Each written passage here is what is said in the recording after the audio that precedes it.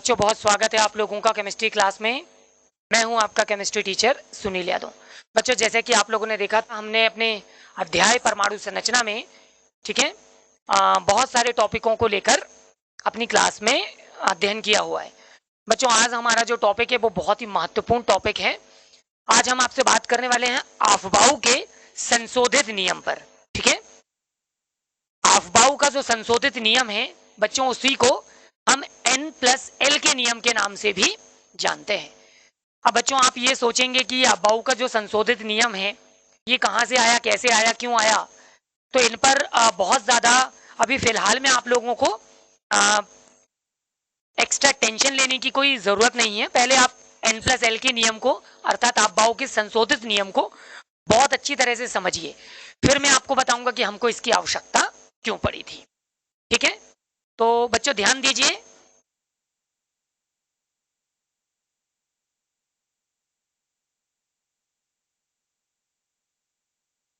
बच्चों ये समस्या कि हमको अफबाऊ के नियम के होते हुए भी उस नियम को संशोधन करने की आवश्यकता क्यों पड़ी, है ना, तभी तो हम समझ पाएंगे कि अफबाऊ का संशोधित नियम हमको क्यों पढ़ना है। तो समझिएगा और ध्यान दीजिएगा। अगर आपको याद होगा तो मैंने जब आपको अफबाऊ के नियम की डेफिनेशन दिया था, है ना, मैंने आपको इसकी परिभाषा बताया था, तो हमने डेफिनेशन में क्या समझा था बच्चों? हमने परिभाषा में पढ़ा था कि प्रत्येक तत्व के परमाणु ऑर्बिटल में इलेक्ट्रॉनों के भरने का जो क्रम है ना, इलेक्ट्रॉनों के भरने का जो तरीका है वो हमेशा निम्न ऊर्जा स्तर से उच्च ऊर्जा स्तर में होता है। कहने का मतलब ये था कि अफबाऊ के नियम के अनुसार सबसे पहले नाभिक के निकट वाले ऑर्बिटल में इलेक्ट्रॉन प्रवेश करते हैं। जब कम ऊर्जा वाले ऑर्बिटल में इलेक्ट्रॉन प्रवेश कर जाते हैं, उसके उपरांत वो हायर ऊर्जा के ऑर्बिटल में प्रवेश करते हैं और इस क्रम को वो फॉलो करते रहते हैं। यही अफबाऊ का नियम था, जिसके लिए हमने अफबाऊ के नियम की एक तालिका पढ़ी थी, जिसको हमने बोला था अफबाऊ के नियम का इलेक्ट्रॉनिक विन्यास। वो प्रतिरूप जो इलेक्ट्रॉनिक विन्यास के रूप में हमने पढ़ा था, मैं एक बार आपके सामने रख रहा हूं, आप उसको समझिएगा। ठीक है, क्या रखा था मैंने आपके सामने? बच्चों ये नाभिक है,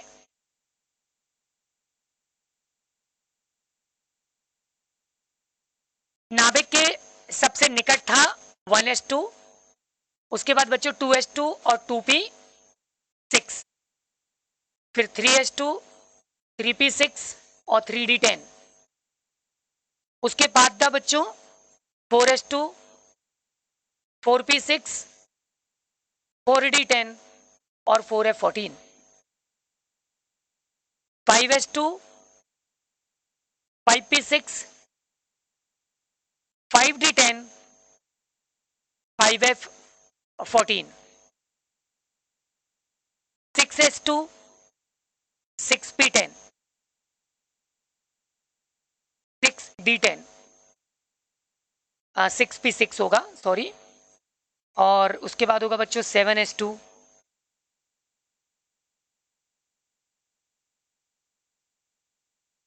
7s2,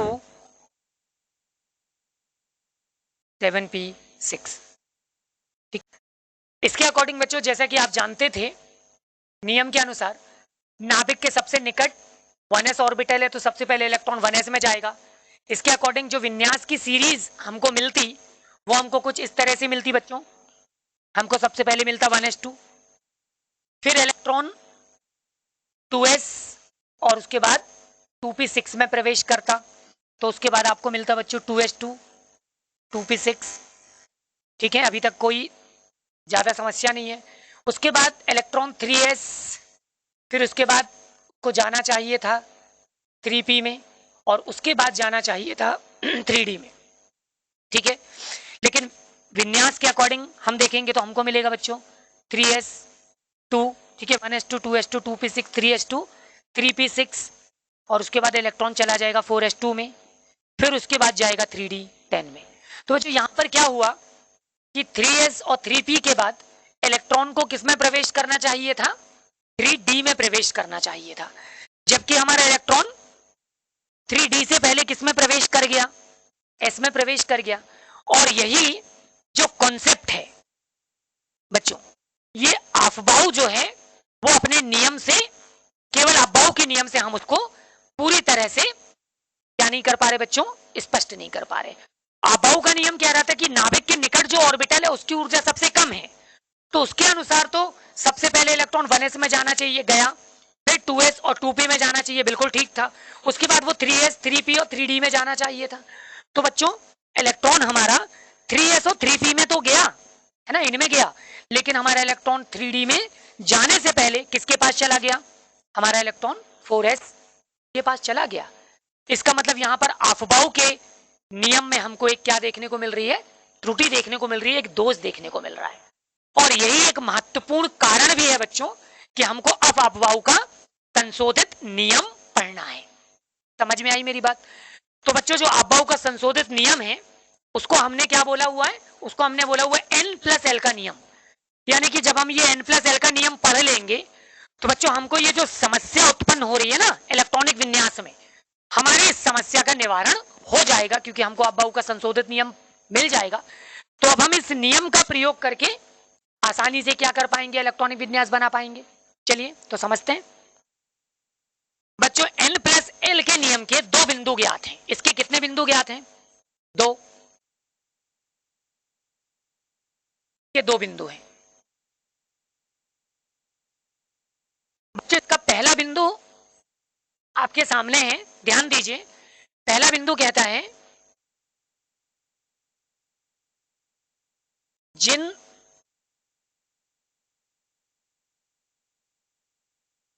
ऑर्बिटल के लिए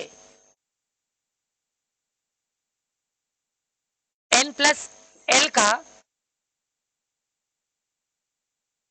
योगात्मक मान कम होगा,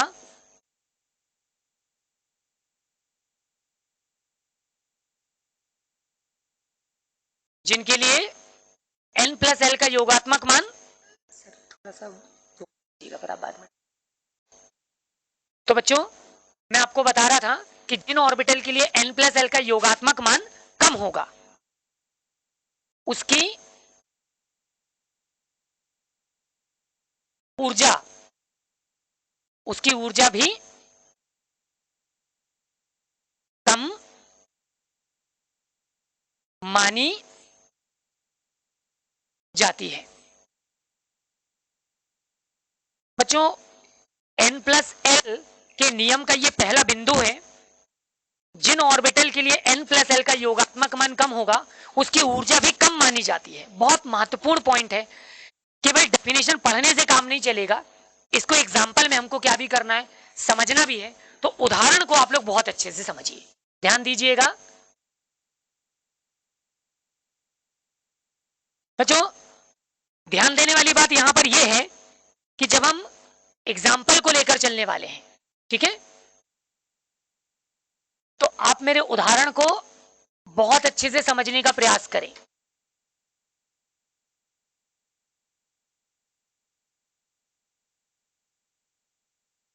उदाहरण, उदाहरण को समझाने के लिए, यह उदाहरण नंबर 1 है। उदाहरण को समझाने के लिए मैं यहां पर एक एग्जाम्पल ले लेता हूं। मैं ले लेता हूं बेटा कैल्शियम 20 को, और मैं इसका इलेक्ट्रॉनिक विन्यास आपके सामने रखता हूं। वो होगा बच्चों 1s2 2s2 2p6 3s2 3p6 और उसके बाद आ जाएगा 4s2। ठीक है, तो यहां पर एग्जैक्टली 20 इलेक्ट्रॉन आए हैं। ठीक है, तो थोड़ा सा विन्यास को बड़ा करना है, तो हम ऐसा करते हैं एग्जाम्पल को थोड़ा वेरिएट कर लेते हैं। ठीक है, एग्जाम्पल को वेरिएट कर देते हैं ताकि हम अपने टॉपिक पर आसानी से समझें। तो बच्चों यहां पर जो एग्जाम्पल है वो मैं ले लेता हूं आयरन का, है ना। आयरन का जो एटॉमिक नंबर है वो है 26। तो अभी आपने देखा 1s2 2s2 2p6 3s2 3p6 4s2, उसके बाद आ जाएगा बच्चों 3d6। हो गए आपके पास टोटल 26 इलेक्ट्रॉन्स। समझने वाली बात है, हमने कहा था नाभिक के निकट अगर मान लीजिए बच्चों अगर मान लीजिए बच्चों ये नाभिक है तो नाभिक के निकट सबसे पहले 1s में इलेक्ट्रॉन की फिलिंग होगी, बिल्कुल करेक्ट है। उसके बाद इलेक्ट्रॉन की फिलिंग 2s और उसी से आगे 2p6 में होने वाली है। फिर इलेक्ट्रॉन 3s में जाएंगे, ठीक है, 3s और 3p में। फिर इलेक्ट्रॉन को साथ में 3d में जाना था, जबकि उससे पहले इलेक्ट्रॉन किस में चला गया, 4s में। यानी हमारी जो समस्या हमको देखने को मिल रही है वो किसके साथ देखने को मिल रही है, हमको मिल रही है 4s और 3d के बीच में, कि इलेक्ट्रॉन 3d में पहले क्यों चला गया, क्यों नहीं गया, 4s में पहले क्यों चला गया। तो हम इन्हीं दो ऑर्बिटल को अपना टारगेट मानकर चलेंगे बच्चों। तो हम क्या करेंगे, 4s2 और 3d6 के लिए n+l की हम क्या कर देंगे बच्चों, हम n+l की गणना कर लेंगे, ठीक। तो ध्यान दीजिए, 4s जो ऑर्बिटल है उसके सामने जो नंबर है ना, s ऑर्बिटल के सामने ये जो नंबर है कितना है, 4। तो बच्चों यहां पर जब आप देखेंगे तो 4s2 के लिए मैं सबसे पहले आप तो ऑर्बिटल के सामने जो नंबर है वो कितना, 4 है, तो n की वैल्यू कितनी हो जाएगी, 4 हो जाएगी, ठीक। दूसरा फार्मूला था आपके पास l is equal to n-1, quantum संख्या में अपन ने पढ़ा था, यहाँ पे n की वैल्यू 4 पुट कर दीजिए, कितना आ जाएगा बच्चों, 1 माइनस हो जाएगा तो 3। इससे पहले आप 2, 1 और 0 को इंक्लूड कर लेंगे। यहाँ पर 4 संभावित मान मिले हैं आपको, तो यहाँ पे 4 ऑर्बिटल मिलने की उम्मीद होगी, s, p, d और इसके साथ क्या मिलेगा आपको, f ऑर्बिटल मिलेगा बच्चों। तो जो 0 इंडिकेट करेगा वो s ऑर्बिटल को करेगा, 1 इंडिकेट करेगा p ऑर्बिटल को करेगा, 2 इंडिकेट करेगा d ऑर्बिटल को करेगा, जबकि 3 किसको इंडिकेट करेगा, f ऑर्बिटल को करेगा। तो बच्चों आप देख सकते हैं कि हमारा जो इलेक्ट्रॉन है वो किसके पास प्रेजेंट है, ये 2 इलेक्ट्रॉन किसके पास हैं, s ऑर्बिटल के पास। तो हम यहाँ पर जो l की वैल्यू लेकर चलने वाले हैं वो कितनी लेकर चलने वाले हैं, 0, क्योंकि हमारा ऑर्बिटल, हमारा जो इलेक्ट्रॉन है वो s ऑर्बिटल के पास है। समझ में आई मेरी बात आपको, ठीक है। चलिए, तो हमने l का मान कितना ले लिया, 0। हमको n+l चाहिए था, तो हमने बच्चों n का मान भी निकाल लिया और हमने l का मान भी निकाल लिया। अब n+l करके देखते हैं, तो हम चलेंगे n+l is equal to, n की वैल्यू 4 आई, l की वैल्यू 0 आई, तो टोटल आपके n+l का जो योगात्मक मान है वो कितना आ जाएगा बच्चों, 4 आ जाएगा, ठीक है। तो हमने देखा 4s के लिए n+l का योगात्मक मान 4 आया। अब हम साथ में किसके लिए भी कैलकुलेट करेंगे, 3d के लिए। तो बच्चों जैसे ही 3d के लिए कैलकुलेट करने जाएंगे, ध्यान दीजिए, 3d ऑर्बिटल ले लेंगे 3d6 के लिए। बच्चों ऑर्बिटल के सामने नंबर 3 है, तो n की वैल्यू आपकी 3 हो जाएगी, ठीक है। आप l की वैल्यू निकाल लेंगे, तो अगेन फार्मूला आप यही यूज करने वाले हो, ठीक है, l is equal to n-1। तो यहाँ पर मैं 3 - 1 कर दूंगा, तो मेरी वैल्यू आ जाएगी 2। इससे पहले मैं 1 और 0 को इंक्लूड कर लूंगा।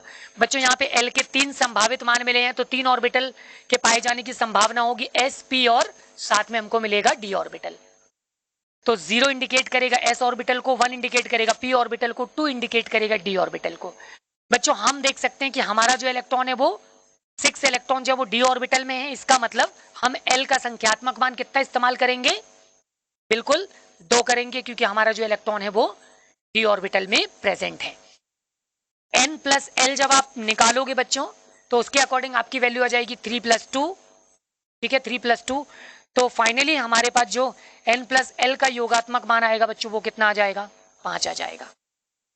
तो हम देख सकते हैं हमने 4s और 3d के लिए n+l को अलग अलग कैलकुलेट किया, और जब हम इनके योगात्मक मान की तुलना कर रहे हैं बच्चों, है ना, जब इनकी तुलना कर रहे हैं तो हम क्या देख रहे हैं, हम देख रहे हैं कि 4s ऑर्बिटल के लिए, 4s2 के लिए n+l का योगात्मक मान 4 है, जबकि 3d ऑर्बिटल के लिए n+l का योगात्मक मान 5 है। और हमने अपने स्टेटमेंट में कहा था, ठीक है, आप लोगों को स्टेटमेंट मैंने बताया था n+l के नियम का पहला बिंदु, कि जिन ऑर्बिटल के लिए n+l का योगात्मक मान कम होगा उसकी ऊर्जा भी कम होगी, ठीक है, उसकी ऊर्जा भी कम होगी। अब अबाउ का नियम कहता था कि इलेक्ट्रॉन पहले कम ऊर्जा के ऑर्बिटल में प्रवेश करते हैं और बाद में उच्च ऑर्बिटल में जाते हैं। इसका मतलब यह है कि हमने n+l के नियम में यह प्रूफ किया कि n+l जो ऑर्बिटल है जिसके लिए योगात्मक मान 4 आ रहा है वो किसका है, 4s का, मतलब इसकी ऊर्जा कम है। और यही वजह है बेटा कि हमारे इलेक्ट्रॉनिक विन्यास के अनुसार पहले इलेक्ट्रॉन 3d से पहले किस में प्रवेश करेगा, 4s2 में प्रवेश करेगा। ठीक है, मेरी बात समझ में आई बच्चों? इसका दूसरा बिंदु भी हम जल्दी से उसको भी क्लियर करेंगे। ध्यान देखिए, ध्यान से देखिए बच्चों, दूसरे बिंदु के लिए हम n+l का दूसरा बिंदु देखने जा रहे हैं। यदि किन्हीं दो ऑर्बिटल के लिए n+l का योगात्मक मान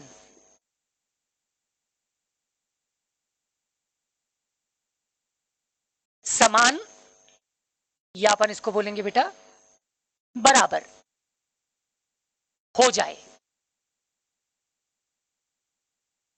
तो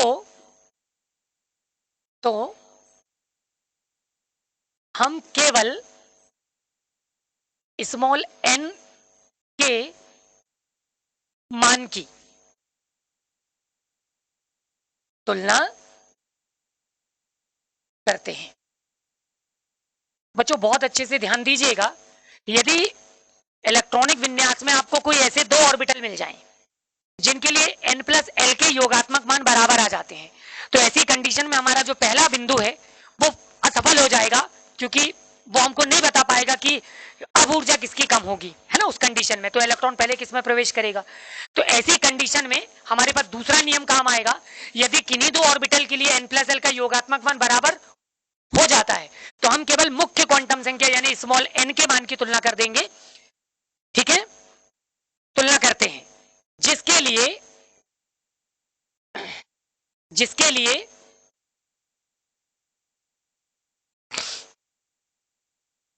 अब आपको ये थोड़ा सा काटना पड़ेगा ना, ये चलने दीजिए, आप काट दीजिएगा बाद में, ये ठीक है कि वहां से।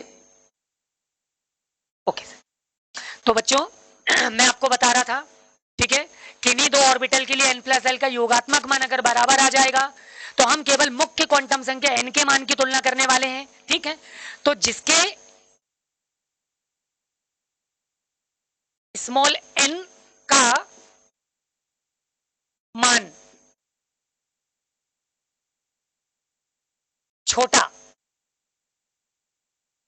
ना, या आप कह दें कम होगा,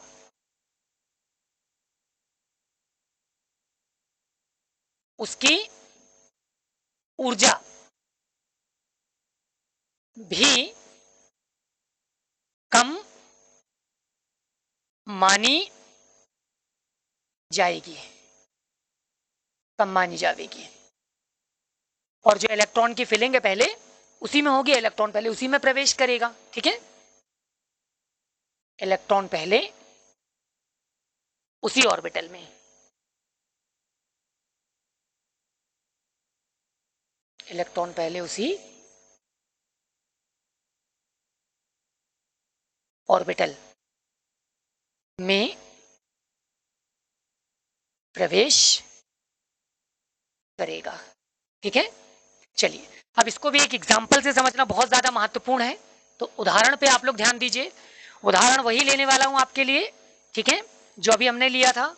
मैं आयरन 26 का ही एग्जांपल ले रहा हूं।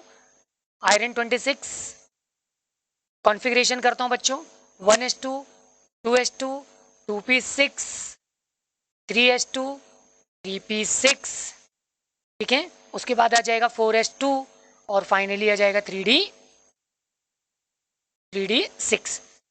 तो बच्चों इस तरह से हम देख सकते हैं। ठीक है, 2 + 2 6 + 10 12 18 20 और 26। तो इस तरह से हमने आयरन का कॉन्फ़िगरेशन कर दिया, इलेक्ट्रॉनिक विन्यास बना दिया।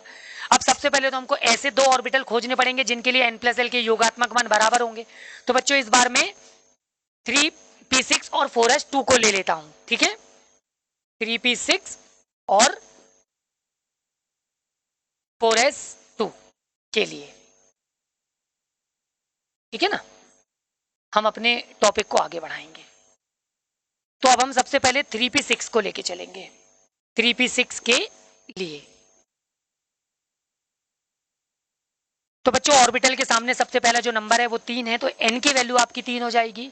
आप l की वैल्यू निकाल लेंगे तो फार्मूला आपका n-1 था, उससे 3-1 हमारी वैल्यू आ जाएगी 2। इससे पहले हम 1 और 0 को इंक्लूड कर लेंगे।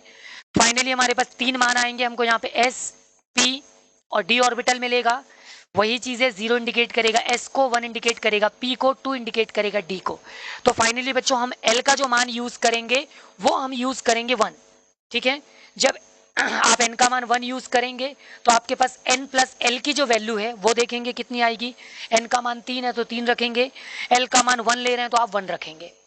तो बच्चों टोटल जो आपके पास योगात्मक मान आएगा वो कितना आ जाएगा, n प्लस l का 4 आ जाएगा। इस तरह से हमने n प्लस l का एक मान 4 निकाला। सिमिलर हम 4s2 के लिए फिर से निकाल कर देखेंगे, हालांकि इससे पहले हमने निकाला था, एक बार और चेक कर लेते हैं। तो 4s2 के लिए 4s2 के लिए s ऑर्बिटल के सामने अगेन 4 है तो n की वैल्यू 4 आ जाएगी बच्चों। l का मान निकाल देंगे 4-1 तो वैल्यू आ जाएगी 3। इससे पहले 2, 1 और 0 इंक्लूड कर लेंगे। तो बच्चों यहाँ पर आपको l के 4 मान मिलेंगे, s, p, d और f, ये 4 ऑर्बिटल्स। 0 इंडिकेट करेगा s को, 1 इंडिकेट करेगा p को, 2 इंडिकेट करेगा d को, 3 इंडिकेट करेगा f को। बच्चों l का जो मान हम यूज करेंगे इस बार वो हमें 0 लेना पड़ेगा, क्योंकि हमारा जो इलेक्ट्रॉन है वो s के पास है, तो हम 0 लेंगे। यहाँ पे रीजन भी दे देंगे s ऑर्बिटल, है ना, जैसे हम यहाँ पे रीजन दे देंगे p ऑर्बिटल। तो सिमिलर बच्चों हमको n प्लस l निकाल लेना है, तो n प्लस l बराबर आ जाएगा 4 प्लस 0। फाइनल आपके पास जो वैल्यू आ जाएगी n plus l is equal to 4। तो बच्चों फाइनली हमने n प्लस l का योगात्मक मान अभी भी कितना प्राप्त किया, 4 किया। समस्या अब हमको ये आने वाली है, हमारा बिंदु कह रहा था अगर किन्हीं दो ऑर्बिटल के लिए n प्लस l का योगात्मक मान अगर बराबर या समान आ जाता है तो ऐसी कंडीशन में हम केवल n के मान की तुलना करेंगे। तो हमने आपको अभी तक केवल ये बताया कि 3p, 6 और 4s2 ये दो ऐसे ऑर्बिटल हैं जिनके लिए n प्लस l का योगात्मक मान बराबर आ रहा है। ठीक है बच्चों, तो हम केवल n के मान की तुलना करेंगे। तो 3p6 के लिए n का मान कितना है बच्चों, n का मान यहाँ पे 3 है, जबकि यहाँ पर n का मान कितना है, 4 है। तो हम देख सकते हैं 3 कम है 4 से, यानी 3 जो है वो छोटा है 4 से। तो सीधी सी बात है बच्चों, 3p से पहले इलेक्ट्रॉन हमेशा किस में प्रवेश करेगा, सॉरी 4s से पहले इलेक्ट्रॉन हमेशा किस में प्रवेश करेगा, 3p6 में प्रवेश करेगा। ठीक है, तो होप्स आपको n प्लस l का ये जो नियम है ये आपको समझ में आया है। ठीक है बच्चों, बहुत अच्छे से इन वीडियोस को देखिएगा और समझने की कोशिश कीजिएगा, क्योंकि आगे ये टॉपिक हमको और भी काम आने वाले हैं।